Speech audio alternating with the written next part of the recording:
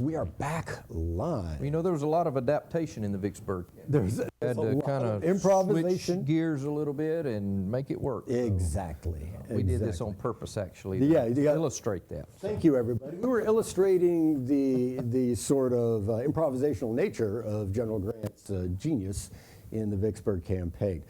Our apologies for a little bit of a technical glitch there, but we are back. And so I think the first thing I wanted to ask you about, Tim, was let's start with talking about the whole project. What are you trying to accomplish with a 5-volume military history of the Vicksburg campaign? Well, I never intended at the beginning to write a 5-volume history. The first volume I wrote was actually the assaults, and that was just going to be a standalone book.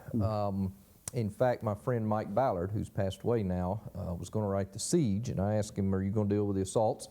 And he said, "No, won't you do that? I'll do the siege." And so I did, and unfortunately he passed away, but then I thought, you know, why not go on and do the siege? And so got those 2 books done. I thought, why not go on back and do the first 3, make a 5-volume series out of it. So my intention was to give more detail to a lot of the phases of the Vicksburg campaign that had not gotten a lot of coverage beforehand. A lot of the bio operations, the Mississippi Central campaign, that a lot of times get just kind of shunted over and covered over a little bit. I wanted it to be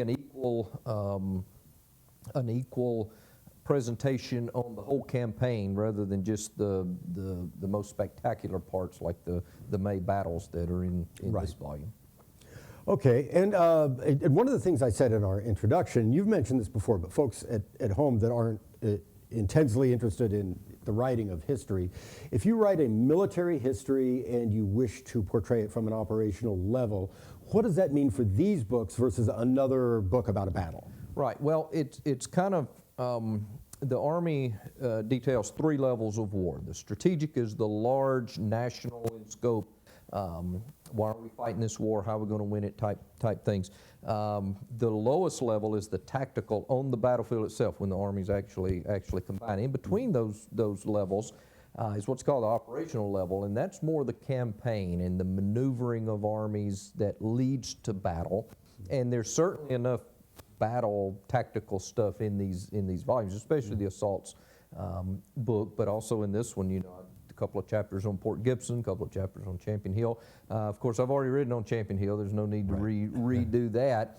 And so I didn't want to go into huge tactical detail down to the nitty-gritty of where this unit went and all that. There's plenty of that, but not in just great detail. So I wanted to kind of keep it at the operational level, the mid-level campaign level. And there's a lot we can learn about the Vicksburg campaign, of course, in terms of the decision-making, the leadership, Grant's improvisation. Also, you can deal, obviously, with the soldiers on the soldier level and what they're doing during the marches and in between marches at night and all that kind of stuff. So a lot of, it allows for a good platform to look up and down, you know, in terms of the levels of war. Right, and these are going to be the kind of books that deal with the generals making plans and the generals making decisions and to some extent critiquing what's a good plan, what's a bad plan, what went wrong, that kind of thing. And then the soldiers implementing those plans. And then the soldiers how they do it. Good, I think that gets us, I think there's one more thing I want to ask you about the whole project now that the whole project is done. Where would you like to think that these 5 volumes are going to fit in the history of the literature of Vicksburg? Well, they're getting a lot of comparison to Ed Bars's 3 volumes, of course. And I've even, you know, had people say, "You're trying to replace Ed." Obviously not. Nobody can replace Ed if you knew Ed. And so there's no effort to replace, no effort to do anything like that. I compare it more to an effort to build on the foundation that Ed started, and a lot of other historians out there that deal with Vicksburg. And so it's just the next wave of historiography. It's the next, the newest thing out there. It will be replaced eventually, or I shouldn't say replace, I'm not trying to replace Ed, but it will be built on, in the future by some other historians will come along and do more and look more in depth at certain things. And so I don't mean for it to be the end all by any means. Right. But I do have something to say about Vicksburg, and I've built on the foundation that Ed Barr's built, and I think it's important to continue the study and to learn more and more. Yeah, I'm going to add to that, if you don't mind. Sure. I'll play both the critic and the salesman in this case. In my opinion, you tell me if you don't agree on this, but in my opinion, the writings of Edwin Cole Barse, who was the superintendent and the historian of the Vicksburg battlefield, the Vicksburg National Military Park, and eventually the chief historian of the National Park Service. Yeah, and he is absolutely, he died a couple years ago, and he was absolutely a treasure of American public history. Probably the greatest public historian in his lifetime. Public historian being defined as someone who doesn't necessarily teach in a college or something like that. So NPS historians or authors, all count as public historians. I will tell you, in my opinion, Edwin Cole Barse was the greatest interpreter of the official records of the Union and Confederate armies, what we call the OR, which is the basis of all Civil War writing. And they are huge, and they can be absolutely confusing. You're just trying to figure out what they mean, what they're saying. And while the 3-volume set that Ed Barse wrote does include a good deal of color from, bringing in the memoirs of soldiers or letters or things like that, he set the bar by explaining what happened from the point of view of the official records. And I presume getting it right from your point of view. Yeah. And so what Dr. Smith has done with these 5 is when he says he built upon that, now he's got the foundation that Barse created by correctly making sense of the OR, and although you used it, of course, yourself, and then filling these volumes out with hundreds and hundreds of manuscript resources, letters. You've been visiting all of the manuscript repositories.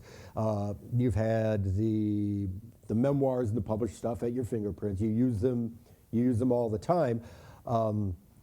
And so, as you said, and what the customer is going to get is a tale of the Vicksburg campaign that is even more fully realized than Edwin Cole Barse.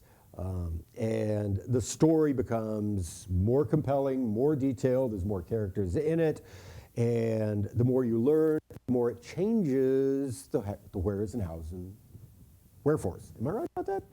Yeah, I think so. A lot of Ed's stuff is, of course, he was a government historian, and a lot of it is kind of government reportish, and it includes the difference between his 3 volumes and my 5 volumes. He will include all-encompassing. If there was a little raid that was dealt with in the official records, reports from that, that was important but tangential to the main campaign. He'll have a whole chapter or chapters on that. So full coverage of everything possible dealing with the campaign. I put it more into maybe a narrative context, more of a chronological context. For instance, some operation, he would have a whole chapter or a whole section on just that, even though it might have taken place in the midst of other operations. And so I try to keep it more chronological, to tell the entire story in a comprehensive chronological narrative type of format rather than more the government type of format. Yeah. So if you want every detail on everything that ever happened, then Ed would be the place to go. If you want more just a leisurely read through a narrative, maybe this would be the direction. Sure. Or both. Or buy them both. Yeah. If you want a Vicksburg bookshelf, you're going to need At least 8 books, 5 Smiths and 3 Bars. But then again, there's lots of other Smiths, like the Real Horse Soldiers and Champion Hill and all that. Hey, I want to get to, we've been doing this for a few minutes, and I want to get to the inland campaign for Vicksburg, because that's why you're watching today. I want to get to this book. And this is the book that deals with those 5 battles in 17 days. A lot of action in this. Now, let me look at my question, make sure I get this right. While the book has lots of interesting action in it, you start, almost the very first sentence you have is you start with the axiom that amateurs study tactics while professionals study logistics. Now, how does the inland campaign address the logistics of Grant's campaign as opposed to only looking at march, fight, march, fight, march, fight? There's plenty of material on the fights. Ed and other people have done various things on the different battles. So going into this, I didn't want to just rehash the battles and connect them with a little bit of connecting material, because the campaign is so much more than just the battles, particularly the inland campaign, these 17 days. And I became convinced very quickly that the logistical aspect of this is what is absolutely key and probably determine victory and defeat if the battles didn't. And obviously Grant wins all 5 battles decisively, so that makes a big difference. But the basic construct of what I'm trying to do here is to play on this tension a little bit of when Grant crosses the river on April 30th, starts in on May 1st, fights the first battle.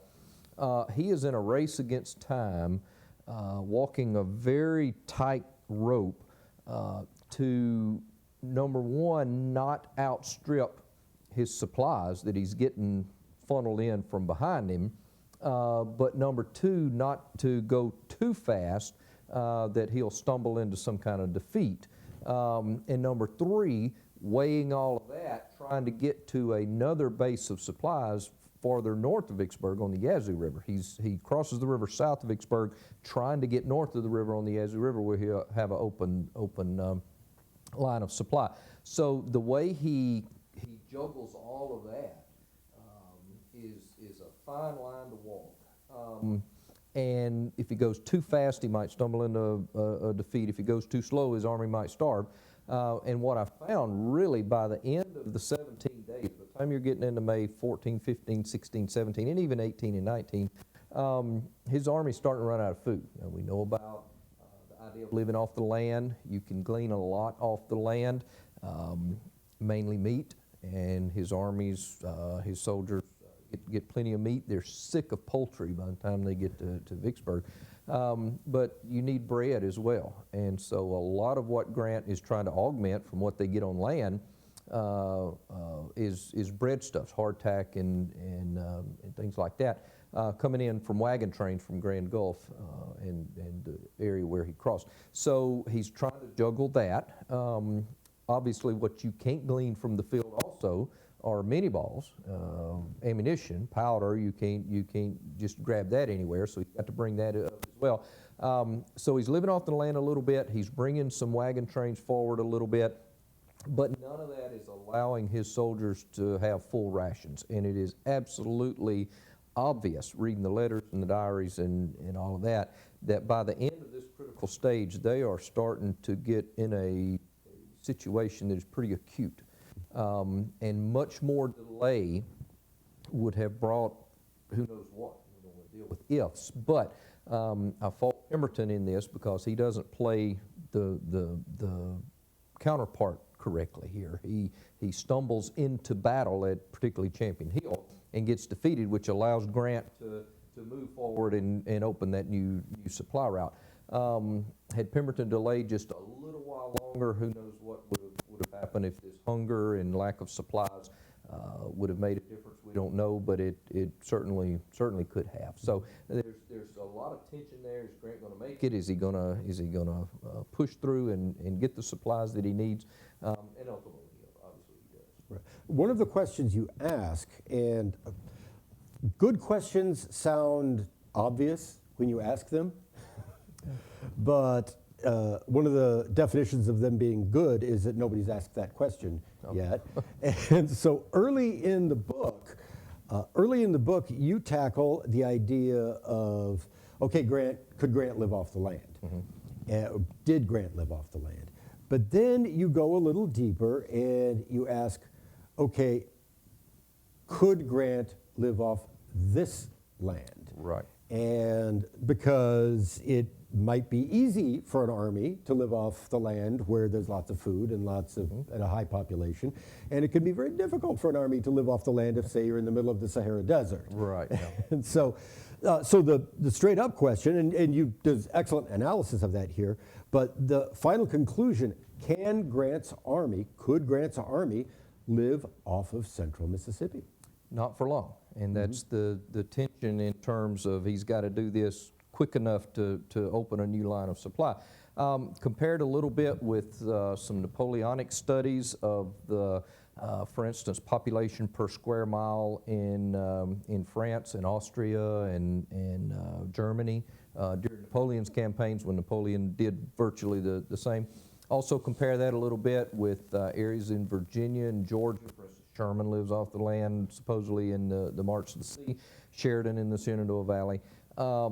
Grant says he learned he could do this in North Mississippi in an earlier volume of the book, in the Mississippi Central Campaign, and even compared the per capita per square mile, in terms of northern Mississippi.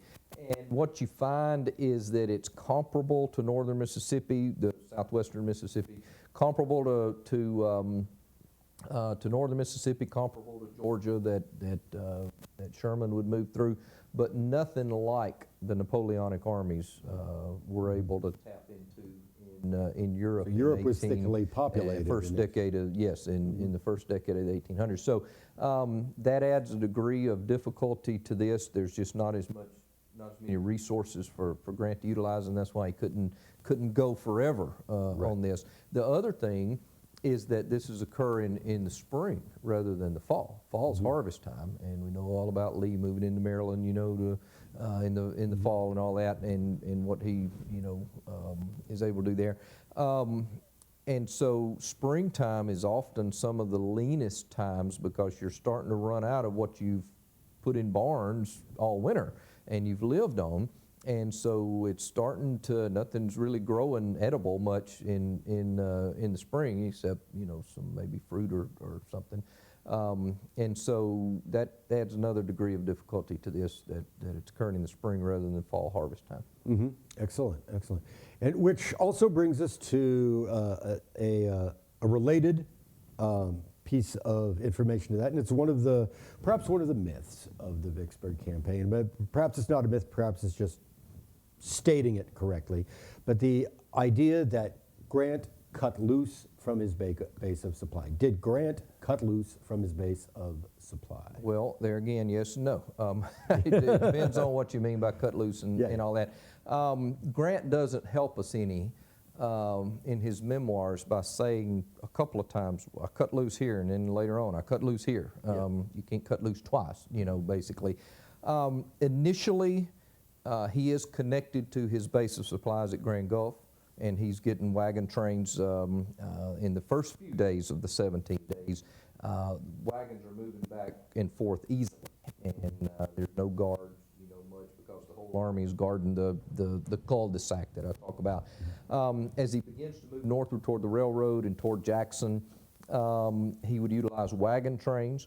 By the time he gets toward Jackson and certainly Champion Hill moving toward Vicksburg, he has pretty much cut himself off from major connection. You've still got the wagon trains moving back and forth. So it really depends on what you define as cutting off from his line of supply, which normally makes you think there's no connection whatsoever. We're isolated, as Lincoln talked about Sherman in the Atlanta campaign. We know what hole he went in, but we don't know what hole he's going to come out of, kind of thing.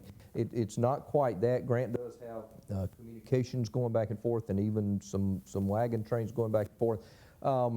but it's not a secure supply line, and I think that's the key. You know, Jomini and the theorists talk about you have to have a secure supply line, and it is anything but secure, and at times even, you know, in large gaps, non-existent. Right. If you drew a picture of a secure supply line, it would go straight out the back of your army, and it would be protected. And Grant's be well guns are- covered. And be well covered. And yes. Grant's is well beyond his flank. If Yes. somebody wants to or can attack that supply line, it's there to do that. And there's so, I don't know if we're going to get to the Confederate side or not, but there's so many missed want to. opportunities that the Confederates, that's one of them. Joseph E. Johnston had moved the Confederate cavalry to Middle Tennessee, and what could a Van Dorn style raid against Holly Springs, you know, in December, again, in one of the earlier volumes, what could one of those type raids against Grand Gulf have done to Grant's army here in this already critical operation? It could have potentially done wonders. Yeah, yeah. Hey, everybody, I want to give a few shout outs to people who are watching because that's very comforting to Tim and I, knowing that there's somebody on the other side of that camera that's actually watching us. If you have any questions, go ahead and send them on in, and I'll probably come back and look for questions again near the end of our hour. But I do want to shout out to some folks that are watching today. One of them is the nerds over at Civil War Breakfast Club. Oh, yeah. I know you visited with them. So that's Mayor Fincher and Darren Weeks. And I believe going to do it again. You can do that again in the future. Yeah. Excellent, excellent. And they're saying greetings to Bjorn and Tim Smith of the West. There's another Tim Smith, and he's a very good historian too. Yeah. And Dave Bradley is watching from Weldon in the UK. England. Hey, Dave. Yeah, so this is an international book signing. Mayor is watching. Andy Pappin is watching from Missouri, I think is where Andy is. Rich Condon is watching. I know he's up in Gettysburg. Gene Hutchison, Norvell Walthen is watching. He's in Louisville. And Thomas Brookover. Thank you, everybody, for watching, and for all of you that didn't shout out and say hello. I'm going to check on your on this Google Doc on the comments again before we're done and see if we have any other questions. But right now we're more than halfway through our hour. Although we got delayed for about 5 minutes. Do you have like 5 minutes to go after? Absolutely. Okay, good. So I think we've done the grown-up stuff. We've talked about the campaign, the type of book it is, and we've talked about the logistics. Let's talk about some fighting. Okay. Let's do battles. Yeah. Let's do the marching and the fighting and the marching and the fighting. And yeah, I want to figure out just the extent to which these Confederates were overmatched by what Grant was doing. But yeah, start us with Port Gibson, because that is that, in my opinion, I guess I'm giving here, but do you think that is a battle whose importance is larger than the size of the battle? Oh, I think definitely. So it really solidifies Grant's toehold, if you will, on the east side of the Mississippi. And again, this is one of those ones that Pemberton, the Confederate commander, absolutely flubs. Had he had more resistance and a firmer response, then, you know, I'm not saying Grant could have been hurled back into the river or anything, but it potentially could have turned out differently. But yeah, it's a fairly small battle, pretty good casualties, pretty heavy combat for the numbers engaged. But it's a fascinating little battle. That battlefield, and have you been to Port Gibson? I have been to the Port Gibson battlefield, but I've never had the courage to go down into the hole. Into the ravine. Yeah. It's a fascinating little battlefield, and you got to go all over. The American Battlefield Trust has done a lot of work down there, state of Mississippi, with the Schaefer House and all that. It is ripe. We're discussing the differences in operational level and tactical and all that. It's ripe for a good tactical history for somebody to do. I'm not going to do it, but but it would be a good little battle for somebody to write a nice little book on. So yeah, Port Gibson, wonderful. It's very confusing. You're going to have to really get in and do some nuts and bolts research and ground truthing and all of that. But it's a wonderful little battle. Yeah, yeah. And then the next phase, which I guess, well, I'm going to skip the next phase, which is, you write about it so they can read it. But the next phase is more fascinating than it usually gets credit for, and this is this whole Bayou Pierre, the bridges, trying to, I guess Grant needs to spend some time trying to get streams between himself and Pemberton if Pemberton decides he's going to come after him, right? Because Grant knows he's going to go toward Jackson, right? Well, the whole focus after Port Gibson, after the toehold is gained, is to outflank and take Grand Gulf, which is going to be the supply base. Again, logistics is always in the back of Grant's mind. And so for the next several days after Port Gibson, the 2nd, 3rd, 4th, 5th, and even into the 6th and 7th, the armies kind of slow down. We talk about this as Grant's blitzkrieg, or this fast-paced movement.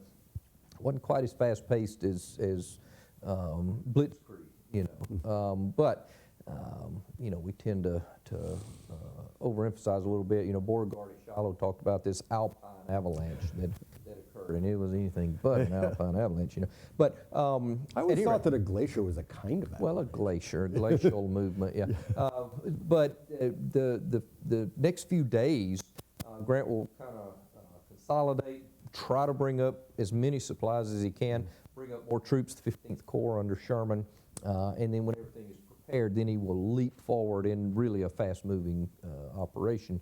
But even then, Grant cannot amass enough logistical support till he's completely ready. He finally just says, "We got to go, whether the microphones work or not. We gotta go, and we'll worry about getting up food later," kind of thing. So that's when he begins to move forward. He will utilize the terrain and geography perfectly, using the Big Black River as a shield on his left as he moves forward to break the railroad that's supplying Vicksburg.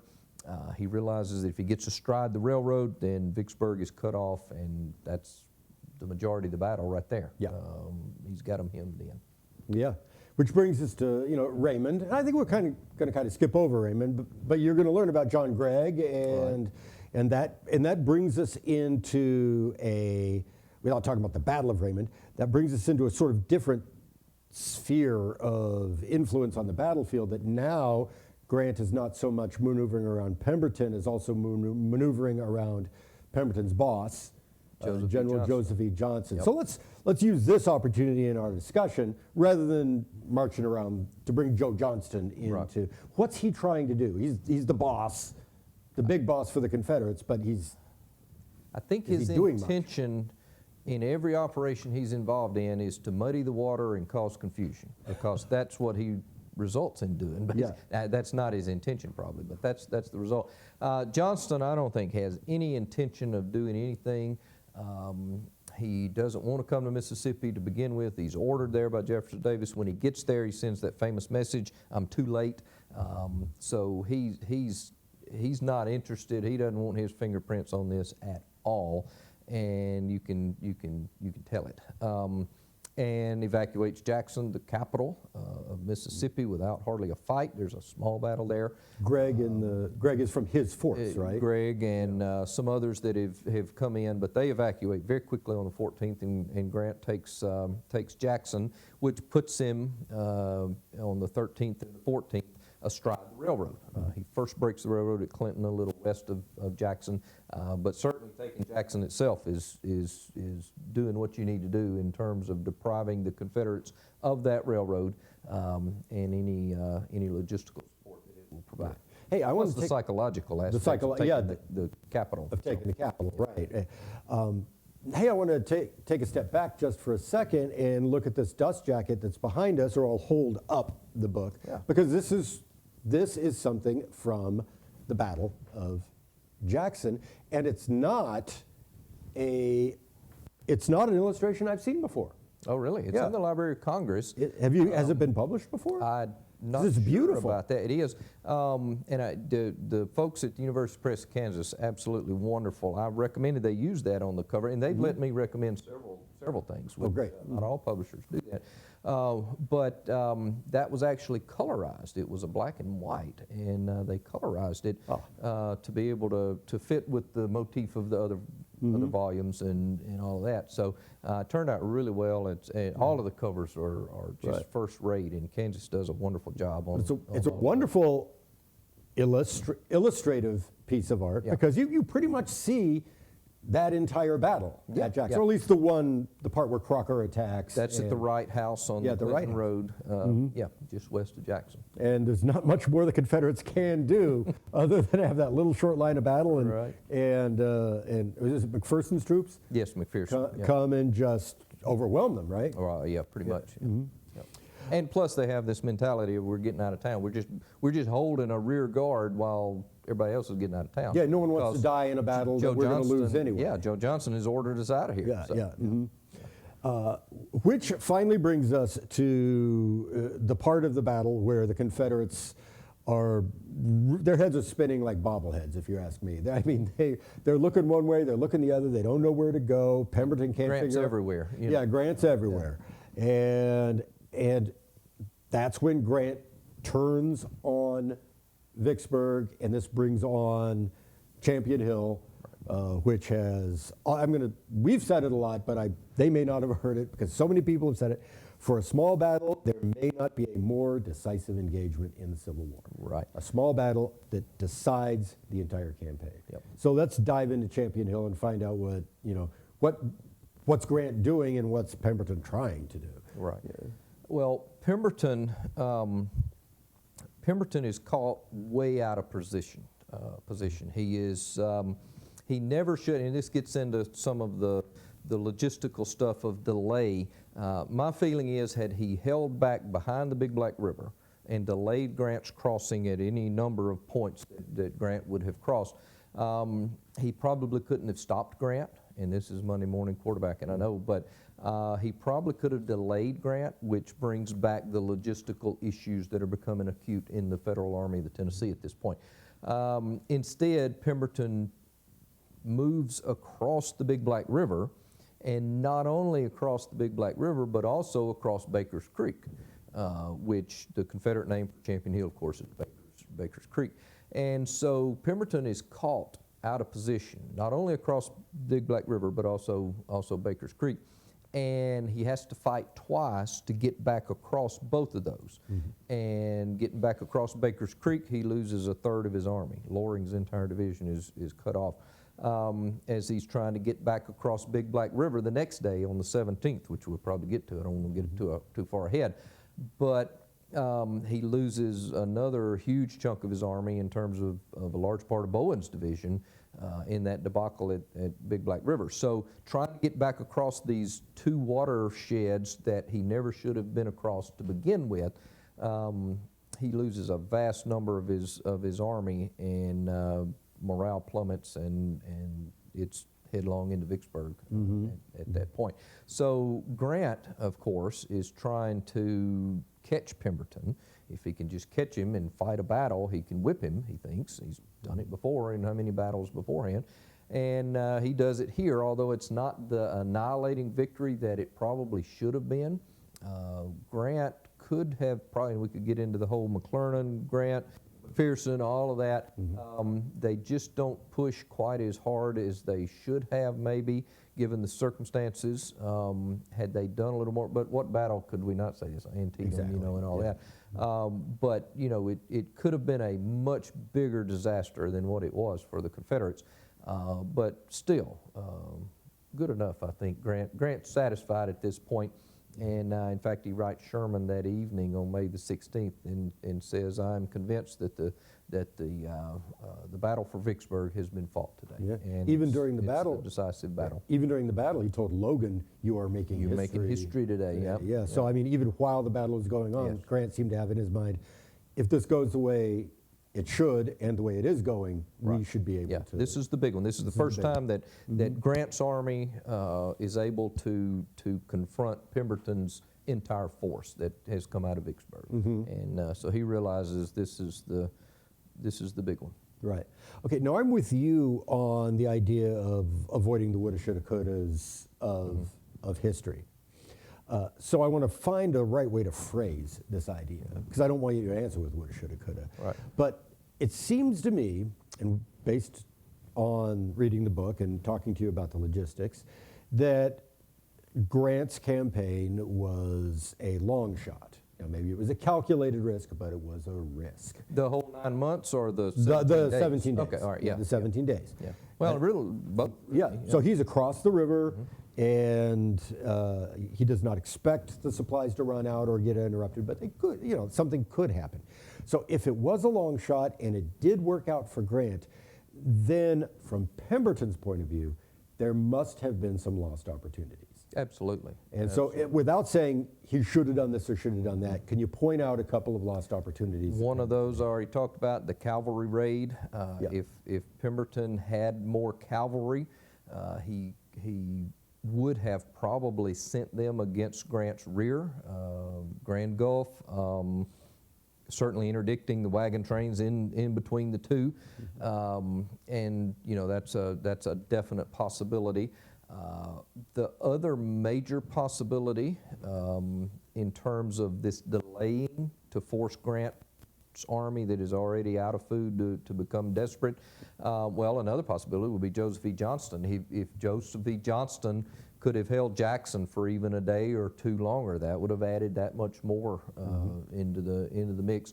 But I feel like Pemberton's better strategy and a missed opportunity here would again have been remaining behind the Big Black River and covering the various fords and crossing, not just at the railroad bridge, but at Bridgeport and Birdsong and farther north, even Baldwin's Ferry farther south, because Grant's probably going to go around rather than straight up through, so you're going to have to cover lengths of the river. But if you could do that and force Grant to go way upriver or way downriver, that's going to eat up time. And it's then that Pemberton possibly could have given a counterstroke to hit Grant when he's most vulnerable. I talk about in here Clausewitz, the famous Napoleonic theorist, discusses the culminating point, or the point of culmination, and that is when an army basically overextends itself and can't supply itself and gets kind of top-heavy and overextended. And he says an army on the defensive that's falling back, luring the enemy into the point of overextension, the point of culmination. That's when you counterattack, and when you hit it, you turn and go on the offensive. And Pemberton has missed several of these opportunities already in the Mississippi Central campaign. I keep referring to these other volumes because they all go together. Yeah. But as Grant is moving southward through Holly Springs and Oxford toward the Allabusha River, and pretty much overextends himself, cannot build the railroad as fast enough during the winter to keep supplies up, Pemberton possibly could have counterattacked at that point. Again, we don't know what would happen, but Clausewitz says that's the time to act. And it's another example here. We do see that happen various times in the war.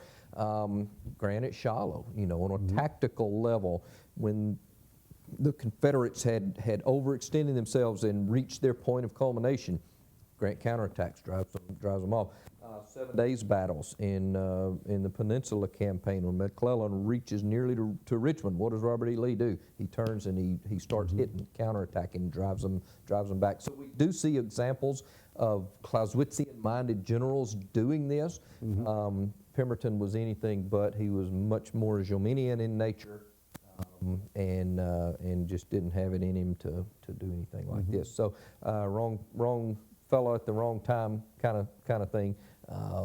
But there definitely are some missed opportunities here. That's a big one. Right, and since you brought the theorists up, last time we talked about the Bayou Battles in Vicksburg, and in that book you spend a lot of attention looking at Grant and Clausewitz and Grant and Jomini, and you make the point that even Grant said he never read those, right. But their theory. So he either acts according to them or he acts in some other way. And one of the things that you found in the Bayou Battles is that Grant is constantly finding a way to go, you put it against the book. Against or the book. not right. against, not Thinking outside the box. thinking kind of outside thing. the box, Yeah. going against the book. Yeah, yeah. Although certainly within those definitions, Clausewitz is the one that says attack the army, don't worry about the place. Not the And he geographic and Grant points. certainly Right. share that. And I think share that. Grant, he never read Clausewitz certainly in English because it's not printed in English until after the war. Right. But a lot of what Clausewitz is common sense, and I think Grant, and to a certain degree Lee and other Clausewitzian-minded generals, they don't turn to Clausewitzian theory because they've read Clausewitz or anything like that. They stumble on it just by common sense, and if not join that idea, certainly parallel it and move forward and give another way of doing things rather than the old by the book Jominian way. Yeah, which brings us to Grant's army is pretty much at Big Black. As you already said, that was a debacle. But if you could just sort of bring folks up to speed with Pemberton's tumbling back into Vicksburg and Right. Bowen, his best division. Bowen's division took a thumping on May the 16th at Champion Hill. They made Yes. that dramatic counterattack and then fall back. But because Pemberton is so out of position across not only the Big Black River but also Baker's Creek, Loring's division is cut off as it's trying to get back across Baker's Creek on the Vicksburg side of Baker's Creek. And Pemberton doesn't know what happened to him. And so he has to stop at the Big Black River awaiting Loring because he thinks he may be following, coming along in rear. You can't just leave him out there. Unbeknownst to him, Loring has marched away and gone eastward to join Joe Johnston. So he's waiting for nothing. But he has to wait and hold the way open across the Big Black River. And it's there that Grant catches up with what's left of Pemberton's army and gives it another major thumping on the 17th. Captures, nearly a couple of thousand troops, bunches of cannon and all that. And that's really the straw that breaks the camel's back. Everybody floods into Vicksburg, with very little cohesion and morale or any of that. So big psychological defeat right after the big military defeat at Champion Hill. Right. Which brings us to the very first thing you wrote in these 5 volumes, which is, if you went to the Union assaults at Vicksburg, it begins with Grant thinking, I got him on the run, I'm going to chase him all the way, I'm going to capture Vicksburg on the march. We're not, No delay, yes. It didn't happen that way. But you're going to have to buy that book to learn that. To find out why, exactly. So, yeah. But there is one more important thing, and it is, in the end, it's probably the crucial thing on the inland campaign. If Grant is stretched so thin and taking a long risk because he needs to get back to his supply line, that the point he needs to capture is the same point that Sherman could not capture in December of 1862. I don't know if he designed that to be dramatic for when you write about it, but right, it helps out. Tell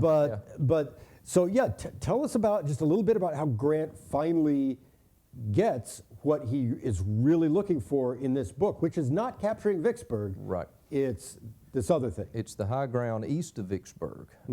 I often compare Vicksburg or describe Vicksburg. Everybody talks about the 6 attempts and the 7th attempt and all of that kind of stuff.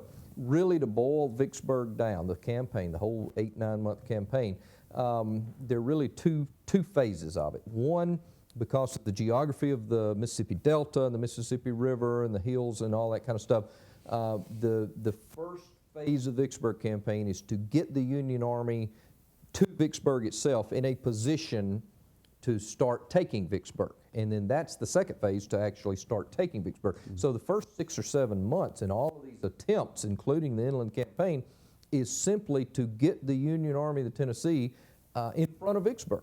And it takes that long to do it. It's so defensible. Then starts the second phase of actually taking Vicksburg, and that includes, of course, the 2 assaults on May the 19th and 22nd, and then the 6-week siege. So one and the other. And so Grant or Pemberton will fall back, all of his troops that had been covering up the Yazoo and all that, fall back into Vicksburg, and so that opens Grant's pathway to the Yazoo River, which is not interdicted by any big guns at Snyder's Bluff or Vicksburg or any of that, and so there's an open line of communication and supply that the Navy is able to open up, and supplies start flowing in, and that, you know, it's a done deal, really, at that point. The great story that Sherman and Grant are riding to the bluff overlooking the Chickasaw Bayou battlefield on the Yazoo River. And Sherman's never been really in favor of any of this. He thinks it's way too hazardous. But at that point, Sherman turns to Grant and says, I see it now. You were right. I was wrong. Not in so many words, but he basically says, this has been a success up until this point. I had my doubts, but the man. Yeah, they're sitting right there at the place where Sherman was defeated months ago. Hey, we did get a few questions, so thank you for carving out a little extra time. No problem at all. And so the first question is from our friends in Civil War Breakfast Club, and they are going to reveal themselves as being from Boston, I think, in this. But so the question is, who had more nightmares? Pemberton about Benjamin Grierson, or Peyton Manning about Tom Brady? Oh, okay. I don't know. Probably Pemberton and Grierson, because these are matters of life and death and nations and all of that. You know, I hate to put down football, but really that doesn't matter in the whole scheme of things, you know, if your team loses, even the Patriots. But Tom Brady may not think so. But at any rate, those are not life and death situations, so I'm guessing Pemberton and Grierson. Good question. Yeah, good question. But actually that opens a little, a window, but it's on a different book, but you should buy it. The Real Horse Soldiers. Yes, Grierson's so yeah, do comment a little bit about, you don't need to tell the story of Grierson's raid or John Wayne's movie, but what exactly is Pemberton thinking about? Well, I mean, he's looking east when he should be looking west, right? From the critical moment between the time that Grierson hits the railroad west of Vicksburg or east of Vicksburg, for the next 5 days, which is critical in the time that Grant crosses the river, Pemberton's attention is completely focused on Grierson, the tangible threat in his department, rather than Grant on the other side of the Mississippi River in somebody else's department, you know. And so Pemberton is laser focused on Grierson, even to the point of a lieutenant general, 3-star general, sending messages down to little captains or majors. Any captains or majors out there? I don't mean to downplay you, but compared to 3 stars, you know, that normally 3 stars don't send messages to captains, telling them to move and go and do this. So it is amazing just how much attention Grierson grabs for Pemberton, while Grant is, you know, to continue the football analogy, he's carrying the ball in the opposite direction, trick play kind of thing. So very important. And then we have a question from the UK. Dave Bradley has a question. So Dave wants to know, do you think the 5 quick victories gave Grant a bit of overconfidence, which led to the 2 unsuccessful assaults on Vicksburg? Certainly, yes. I don't know if I would call it overconfidence. If I was in Grant's shoes, I would probably have done the same thing as well. Beat them for 5 straight times. They are rushing, you know, haphazardly back into Vicksburg. I would think I've got this thing done as well. The difference is, of course, only 3 of Pemberton's divisions had been involved in the debacle at Champion Hill and Big Black River Bridge. 2 of his other divisions had been manning the Vicksburg front up the Yazoo River, south of Vicksburg down to Warrenton. So those were fresh troops, had not been caught up in the debacles, and Pemberton was smart enough when he got into Vicksburg to put those fresh troops on the main eastern face that Grant would attack. And so they hold very firmly, whereas the other troops that have been beaten continually may not have, but these fresh troops do. And then we do have a comment from Hampton Newson, a fine Civil War historian who's been on this program. He simply says, what an amazing series, a landmark Vicksburg study. Congrats to you and my friends at the University Press of Kansas. Thank you, Hampton, and thank you for watching. It's great to have another one of the great Civil War writers out there. Hey, I have a few more shout-outs. People keep saying hello. Peter Winfrey says, greetings from Vicksburg. Oh, from Vicksburg. So Peter's watching from Vicksburg. Thomas Hassel is saying hello from Central Pennsylvania. Nick DiCarlo. Hi, guys. It's from Nick in Arizona. I saw him in this past weekend. Did in you? Carlo, Yeah. On tour. And then Hampton's watching. Stan Buckles is watching. Stan? Yeah. So we have a lot of friends out there. Tim, and then Brian Steenbergen. Thank you, Brian. Saying hello from Michigan. Says Tim Smith of the West, the Shelby foot of the 21st. Oh my goodness! I don't know if I'd go that far. But, thank you. Two great storytellers. Two great. One has footnotes, but two great storytellers. And Savor Breakfast Club, they think that The Real Horse Soldiers is an amazing book. I totally agree with that as well. Thank you. So I have one last, so I'm going to wrap it up here for us, Tim, since we've used all of our, to use a soccer reference, we've used all of our extra time. Oh, yeah. And do you think that this, this was published, 2018, 2019, the assaults? 20, I think. 2020, okay. Yeah. Do you think that this project evolved and changed over the time of writing? Is there anything that changed in your mind from the time you started to the time you finished Inland Campaign? Yes, I think, well, I started with the assaults, which by definition is more tactical than operational. But moving out into the larger campaign, you had to go more operational. If I went to the depth that I did on the assaults, this would be 15 volumes rather than 5 volumes. But that also, I think the whole idea of the Jomini-Clausewitz comparison and all of that, obviously on the tactical level with the assaults and even in the siege. I did a little bit of this with the siege, but the thinkers in terms of the siege are more Vauban and all of that, not necessarily Clausewitz and Jomini. But when you get out into the larger campaign, a little more emphasis on the Jomini-Clausewitz stuff. So that's probably a couple of the major differences there. Yeah. Okay. But Well, it was fun to congratulations. do the whole time. So yeah. Congratulations. Anything else Appreciate you it. want to say about the set? About the No, I'm tired. 5 big volumes. I'm taking a little bit of a break now. Yeah. So, Yeah, I was going to ask you, is there something you want to start working on now that you've been looking at Vicksburg all this time? Yeah, I'm taking a little bit of a breather right now. So, yeah. I'll ambush you with this. Is there a book you've been looking for to read for pleasure for the first time? And I don't you're read gonna have a chance to sit down with a biography or something soon? No, well, I don't read a lot of books for pleasure. I read a lot of manuscripts for publishers and things like that, and a lot of letters and diaries. But I do have a new Nimitz World War II leadership book that I'm planning on diving into pretty soon. So Okay. looking forward to that. Then you can start thinking about some war again after that. Yeah.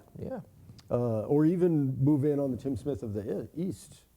terrain, so No, I'll leave You're going to Gettysburg stay in the to him, West? so yeah, I'll stay in the West. All right. Hey, thank you everybody for joining us. And this has been Bjorn Skapsen. I'm with Timothy B. Smith. The books we're talking about are a 5-volume history of the Vicksburg campaign. You can order the whole thing, all 5 volumes, signed and in first edition, at the link in the comments to this live stream that you're watching. If you already have the other 4 and you just want the book we're discussing today, The Inland Campaign for Vicksburg, you can also order that from us at Abraham Lincoln Bookshop by clicking on that link in the comments. Thank you again for joining us, and we will see you again right here on the next A House Divided.